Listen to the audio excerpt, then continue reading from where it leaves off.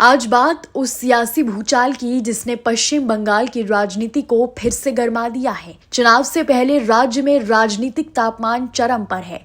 आरोप गंभीर है, दावा बड़ा है और टकराव सीधा है। मुख्यमंत्री ममता बनर्जी ने दावा किया है कि राज्य में करीब 60 लाख मतदाताओं के नाम मतदाता सूची से हटा दिए गए हैं और अब उन्होंने इसके खिलाफ सड़क पर उतरने का ऐलान कर दिया है। क्या सचमुच लाखों वोटर लिस्ट से बाहर कर दिए गए? क्या ये प्रशासनिक प्रक्रिया है या सियासी साजिश? और चुनाव से पहले ये विवाद क्या नई राजनीतिक लड़ाई की शुरुआत है? आइए पूरी रिपोर्ट देखते हैं। पश्चिम बंगाल, जहां हर चुनाव से पहले सियासत अपने चरम पर होती है, लेकिन इस बार मुद्दा सिर्फ चुनावी रैली या बयानबाजी नहीं, मुद्दा है वोट का अधिकार। मुख्यमंत्री ममता बनर्जी ने बड़ा आरोप लगाते हुए कहा कि राज्य में लगभग 60 लाख मतदाताओं के नाम मतदाता सूची से गायब कर दिए गए हैं। उन्होंने इसे लोकतंत्र पर हमला बताया और कहा कि अगर किसी का नाम गलत तरीके से हटाया गया है तो ये बर्दाश्त नहीं किया जाएगा। ममता बनर्जी ने कहा, बंगाल की जनता का वोट छीनने की कोशिश हो रही है, हम चुप नहीं बैठेंगे। मुख्यमंत्री ने स्पष्ट कर दिया है कि वो इस मुद्दे को लेकर राज्यव्यापी विरोध प्रदर्शन करेंगी। पार्टी कार्यकर्ताओं को तैयार रहने का संदेश दिया गया है। ब्लॉक स्तर से लेकर जिला स्तर तक प्रदर्शन की रणनीति बनाई जा रही है। राजनीतिक विश्लेषकों का मानना है कि ये मुद्दा आने वाले चुनाव में बड़ा नैरेटिव बन सकता है। हालांकि चुनावी प्रक्रिया की निगरानी करने वाली संस्था इलेक्शन कमीशन ऑफ इंडिया का कहना है कि मतदाता सूची का पुनरीक्षण एक नियमित प्रक्रिया है। हर साल नाम जोड़ने और हटाने का काम निर्धारित नियमों के तहत किया जाता है।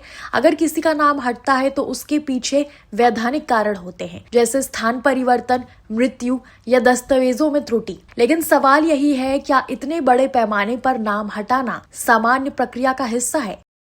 वहीं विपक्षी दल भारतीय जनता पार्टी ने ममता बनर्जी के आरोपों को सिरे से खारिज कर दिया है। बीजेपी नेताओं का कहना है कि मुख्यमंत्री बेबुनियाद आरोप लगाकर सहानुभूति बटोरने की कोशिश कर रही हैं। बीजेपी का दावा है कि मतदाता सूची का काम पूरी पारदर्शिता से होता है और इसमें राज्य सरकार का कोई हस्तक्षेप नहीं होता।